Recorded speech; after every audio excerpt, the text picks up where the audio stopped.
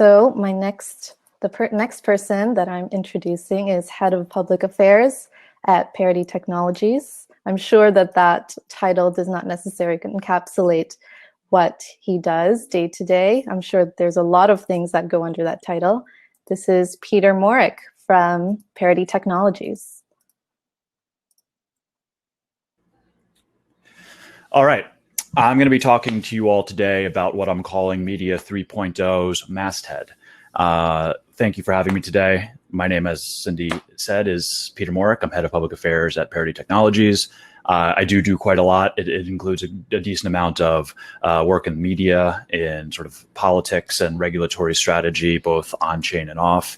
A little bit about my history before I joined the Parity Technologies. Before I got into blockchain full time, I was a principal at a public affairs consulting firm called Kivit, based here in New York, where I'm speaking to you from, with offices in DC and Chicago. It was a firm that was founded by David Axelrod and a few other folks after they left the Obama administration. So I come from like a political world that's very closely tied in with media, and been working with media organizations, big and small, for a decade now. I've done everything from battling with the New York Times, Wall Street Journal, down to energy industry publications and everything in between. So I wanted to talk to you a little bit about sort of what I see as the future of media and how these Web3 technologies are going to impact communications technologies that we use to distribute information. If I'm a little bit tired or less energetic than usual, I apologize. I spent all day yesterday hosting Polkadot Decoded. If you all want to review or rewatch or watch for the first time, you just scan this code and it'll take you to the Crowdcast where all of the sessions from yesterday are hosted. We had a really great turnout and a lot of really good content on Polkadot. I'm not going to be specifically talking about Polkadot content in this talk, but if you want Polkadot content, that's the place to go. In addition to a couple of other speakers today from Parity Technologies, Web3, and the Polkadot ecosystem. So when we talk about the evolution from Web 1 to Web 2 to Web 3, we also, there's sort of a lot of parallels between that evolution of this information technology and the evolution of media and news and where we get our information. So I really enjoyed this cartoon by Mike O'Keefe when he was at the Denver Post, how we sort of started chiseling words into blocks in a couple characters. We pursued technologies that would allow us to distribute news and information more easily. So inventing the printing press, getting to the point where we could print out many newspapers. And then the advent of digital information technologies and the internet led to things like email. And ironically, now we're at a place where a lot of us do a lot of communication over Twitter, where we're back to chipping 140 words into our phone, similar to how we used to be able to chip 150 to 200 words into a rock wall. So Media 1.0 is really this original genesis of how we communicate with each other. So it's language, it's shouting out your opinions in the town square, it is talking and chatting through the local news at the town pub, it's your family, it's your friends' networks, these really peer-to-peer, land-based, meet space-based manners of communication and getting information. Literally whispering into someone's ear. Media 2.0 is, in my opinion, is when we introduce these intermediate communications technologies and distribution platforms. So obviously the printing press was a major first step in Media 2.0. We were able to reprint exactly the same words, dozens and dozens, and potentially then evolving to hundreds and thousands of times. And we could send newspapers with 100 pages, 100 miles away to hundreds of thousands of people, which really changed the way we were able to communicate what was going on in the world. Obviously, radio, television took this to another level, and then the internet really supercharged it. And I would say the early internet to today is really the long tail end of the Media 2.0 period of this evolution. So a lot of trust is required because you are relying on reporters and news outlets and publications to sort through what's going on, synthesize it, and then deliver it to you, whether you're reading a newspaper or you're listening to the radio. There is this intermediary between you and the actual events in the world that happened. Media 3.0 is, again, the disintermediation of a lot of the news sources and publications and information streams that we're used to getting, right? So we talk a lot about in terms of Web 3.0, having the pipes of the internet back in the hands of the people that use it rather than being owned by these intermediaries. In a lot of the same way, I envision Media 3.0 being a lot more niche and a lot more community owned and driven, rather than having, say, a New York Times or a Washington Post mega multi-million, multi-$100 million operations that have to run on subscriptions and advertising for revenue and really do need like a business model because they're driving for a business success, profit and loss a lot of times at the end of the day. The Media 3.0, as it emerges, is going to likely be less reliant on those sorts of business models and more reliant on the community that they serve.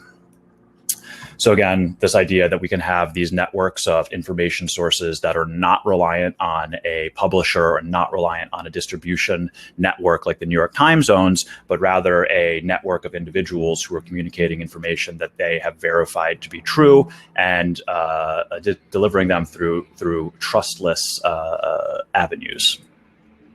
So I think right now in the world, we're at sort of like a Media 2.5 space where we're starting to see the movement towards more individually owned and operated news sources, right? So obviously podcasting is a big part of this evolution from Media 2 to Media 3.0.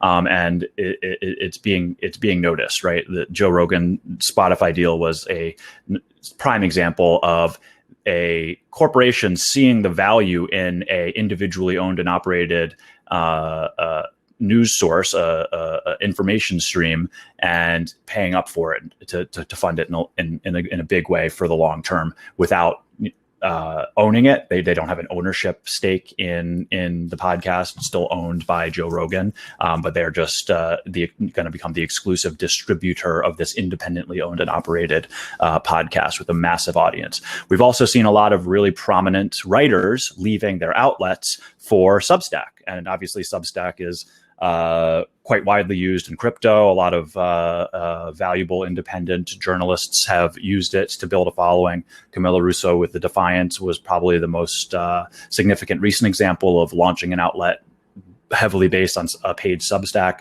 newsletter. If you don't pay for that reporting and get the Defiant newsletter, I highly recommend that you do, because it's good quality independent journalism, and it's the sort of thing that we need to support as we move through this transition from Media 2.5 to Media 3.0.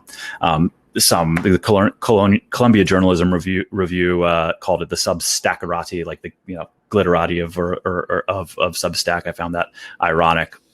We're also then seeing the advent of new communications medium that allow us to disintermediate the debate around a conversation that happens in the news. So Discord is a very good example of sort of this niche piece of the internet that brings us back to a lot of the peer-to-peer communication that we originally foresaw with these communications media. So I want to talk a bit about the history of media generally, if you're not familiar, the New York World is really a fascinating case study and historical a reference point for how media evolved. It was a newspaper. I don't know if it was originally owned by Joseph Pulitzer or he came and bought it later. It changed hands between a couple of these early media barons in the mid to late 1800s. And it was at the forefront of a couple different key concepts that I'm going to discuss. First being the idea of like investigative journalism, and the second being the idea of yellow journalism. And I don't mean yellow journalism in the sort of the sensationalist news sense. Originally, yellow journalism was more a reference to businesses, industries owning and operating news publications that are, let's say, a bit biased on purpose towards the success of their own business interests.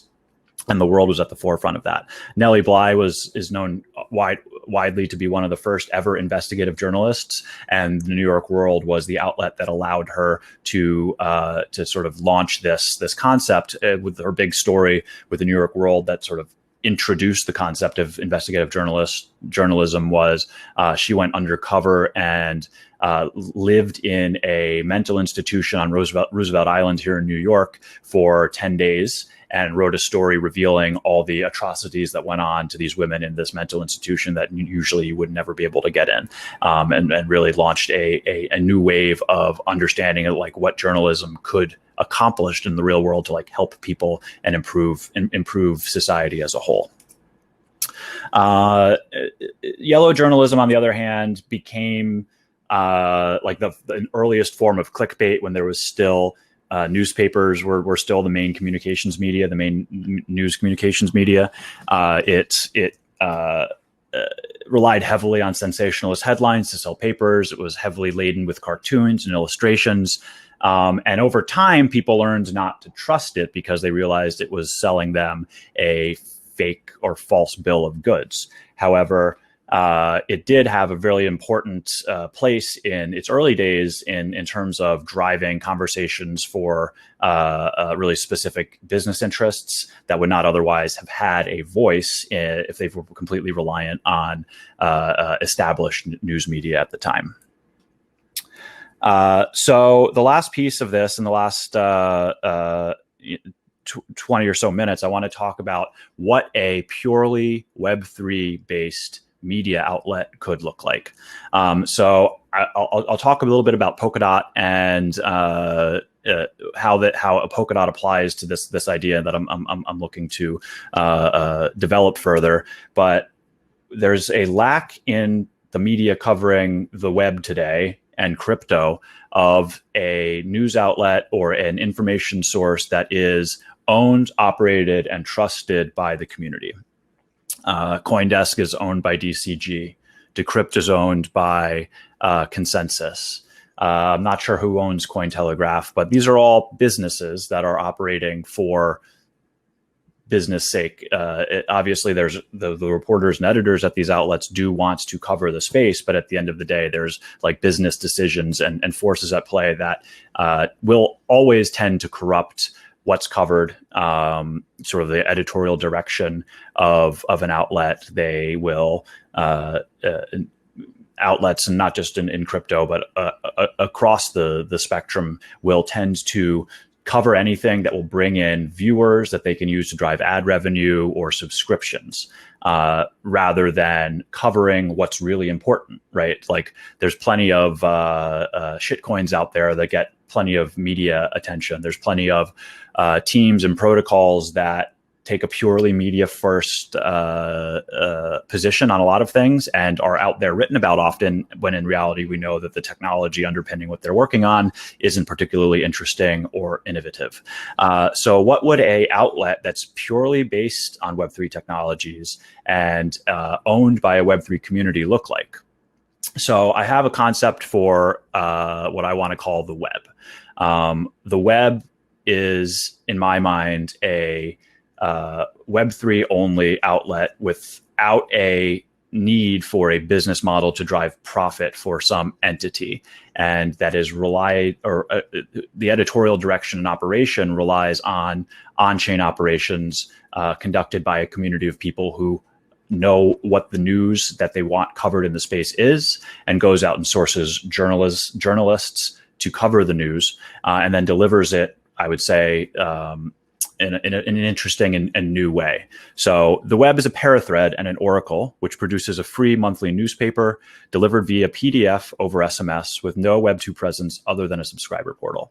So a fairly recent new delivery medium for newspapers is actually sending you text updates. Now, many outlets do this, but I would say none of them do it particularly well, and none of them are thinking about it as their main gateway into their subscribers' mind space. But in reality, we know that SMS open rates are by far the highest, most widely opened communications. We tend to open texts first. So I think early on when SMS for advocacy was being rolled out, and I was talking to some of the vendors that do this kind of stuff, I think they were saying somewhere in the 95 to 98% open rate.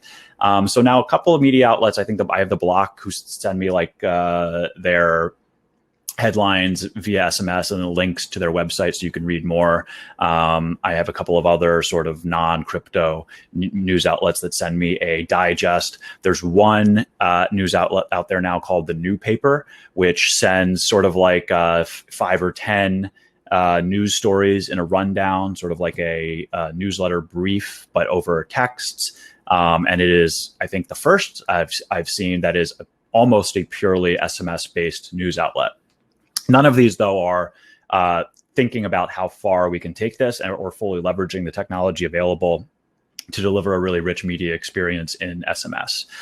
So there's a lot we can do if we were able to deliver a PDF newspaper over SMS to a niche core subscriber base that are highly engaged and highly influential in the space.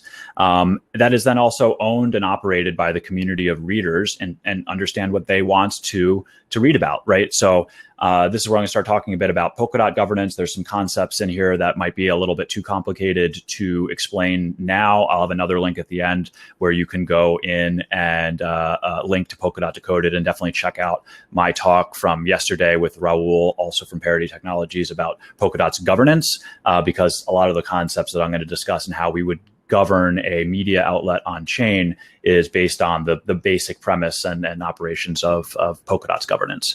But long story short, the web is going to serve its community, sourcing stories and reporters covering the transition from Web 2 to Web 3. Its editorial direction will be publicly governed by its stakeholders and funded by an on-chain treasury. So there is no need for a profit motive. It can be funded, the web could be funded from Polkadot Treasury as a public good for the Polkadot and Web3 communities broadly. And we would use the mechanisms on chain to come to a consensus around the stories we want covered and payment, securing reporters for those stories, paying them out, and then producing and distributing the SMS PDF, probably on a monthly or bi-monthly basis to start. I could see this being a breaking news outlet, which is where then I go back to this yellow journalism concept and this investigative journalism concept. The web is very much inspired by parts of things like the New York World in the 1800s, and an understanding of the need for things like investigative journalism in crypto, because we don't have it. There's very rarely an investigative journalist who gets full-time into crypto. And what tends to happen is investigative journalists at major outlets like the New York Times will come in and do the investigative journalism here and there in crypto when it bubbles up to their level. And that's always going to be something that's probably just broadly negative for the crypto community. Nate Popper at the New York Times sometimes writes about blockchain and crypto, but it's never positive ever.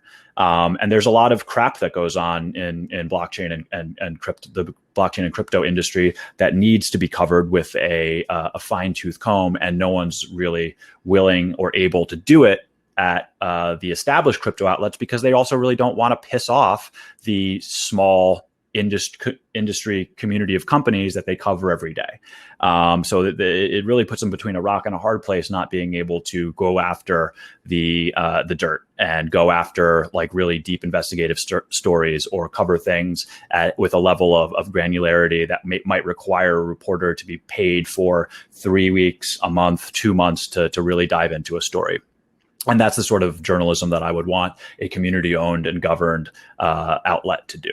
So there's a lot of interesting directions that we can take this. I would say that the only sort of Web 2 bridge to the web would be a portal to collect people's name and telephone number for an SMS approval. But it would allow you to understand fully the scope of what the community wants to read about. It would be able to source leads on interesting stories, both positive and stories that we need to uncover, where there's due diligence needs to be done on the legitimacy of a company or a individual or a conspiracy or a growing community that wouldn't otherwise get covered by a major crypto outlet, and really requires a reporter to be funded to dig in over an extended period of time, rather than having a two-day to week-long window and having reporters on staff all the time who have quotas of stories they need to push out in bullet points every couple hours. This would not fulfill that need. The other thing that I think it would need to include that doesn't exist in crypto media and is slowly sort of falling out of a lot of industry media is op-eds. There's no good op-ed pages for crypto. So this is the other piece that the web would facilitate is be the de facto op-ed page for companies, individuals, protocols, movements to present their opinion and ideas on where this industry is going, and then provide whoever's on the other side of the argument a space to rebut those arguments if necessary.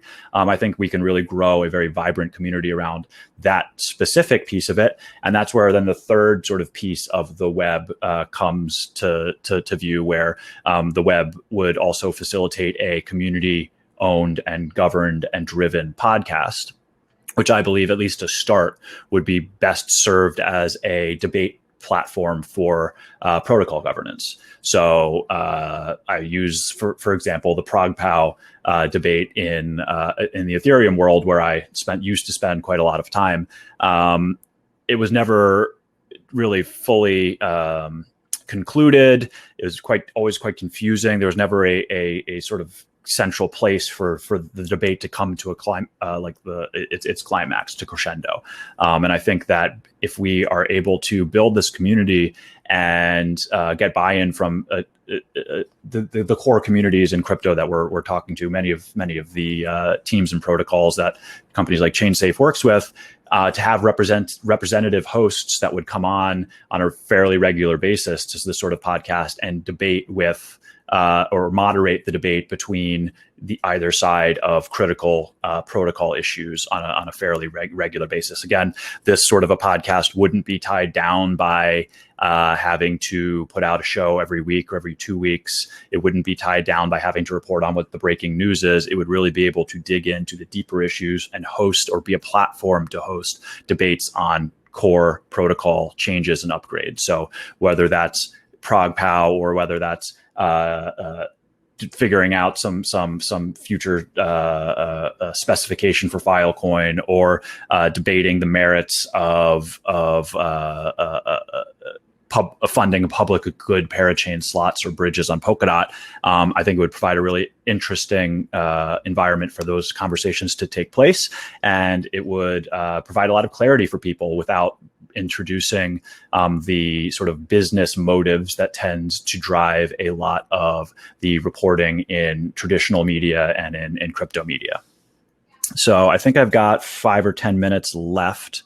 I will, I think, take some questions, because I've moved through a lot of stuff very quickly, and this is the first time I've really talked about this publicly. It's an idea I've had for probably 18 months, 2 years, even longer, really, since I first really got introduced to this vendor that I know that does really rich text, rich media SMS delivery, and the idea that we could send like a interactive PDF into someone's pocket once a month that really covers like core issues without having to rely on sort of the regular just drumbeat of what's going on in an industry.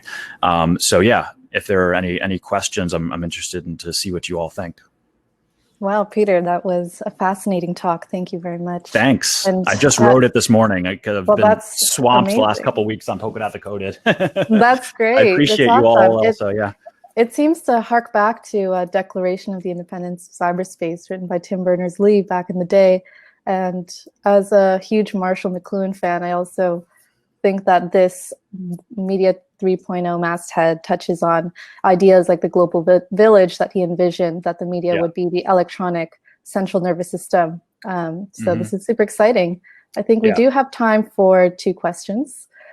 The first question for you, Peter, is the consensus we're concerned with in distributed systems is categorically different from consensus in contexts like journalism. How do you imagine misinformation being handled in Media 3.0? Yeah, so this is where the distributed consensus systems come into play, and the idea that the web is based on a parathread model on Polkadot, and would be would be an oracle of sorts, right? Where there's mechanisms on chain for experts to verify that information is accurate, and the governance of the web parachain would be able to vote on the veracity of information or verify and eliminate misinformation before it goes to print. So again, this is a concept of, or this is relying on a lot of the concepts in Polkadot governance, where there would likely be governed by, again, a tricameral model where the council on Polkadot would be like a voted editorial council of whether it's reporters or community members that are really in the know, would be the editorial committee who would go through and verify and validate information that is going to go to print in a edition of the web, and also have the ability to strike what is verified as misinformation before it goes out. And the community votes on those people into those editorial positions. It rotates continuously. So if there's a malicious council member and the community realizes this, they could very quickly be eliminated on a regular basis. And it's transplanting that trust from a corporate-driven editorial committee in behind closed doors at the New York Times to an open model based on chain, right? So that would allow us to publicly verify and vet information before we as a community put it out as the official narrative. Right, and that's probably a better solution than just allowing people to say whatever they want. Right, and this is going to the Substack issue is like, are they creating the same issues that exist in traditional media? And the answer is yes, and it's potentially even worse, because yes, these are great reporters. Now they're able to make more money using Substack, but the editorial board is an editorial board of one, right? So many situations, maybe it allows information that wouldn't otherwise get through an editorial vetting process that's good and true to get out on one side, but also it's one guy or gal who can just push out whatever they want to say. And who knows, they may have an agenda. The web very much has an agenda. It's the adoption of Web3 technologies. It is yellow journalism in that sense, that it is going to be biased in support of a transition away from Web 2, but it's out front about it, right? And the editorial decisions that are made on the information get vetted in public. Great. Yeah, that's super interesting. And I'd love to hear more. And maybe there's another place where we can connect.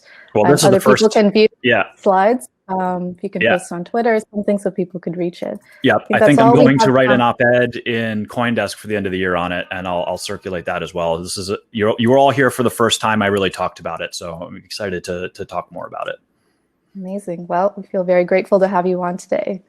Thank you. That's all the time we have left, guys. Thank you very much, Peter. We're going to take a short break after this. Yep. Going to take a short 2-minute break, and we'll be back to talk about debt-based financing from an investment principal at Consensus. So I'll see you guys in 2 minutes.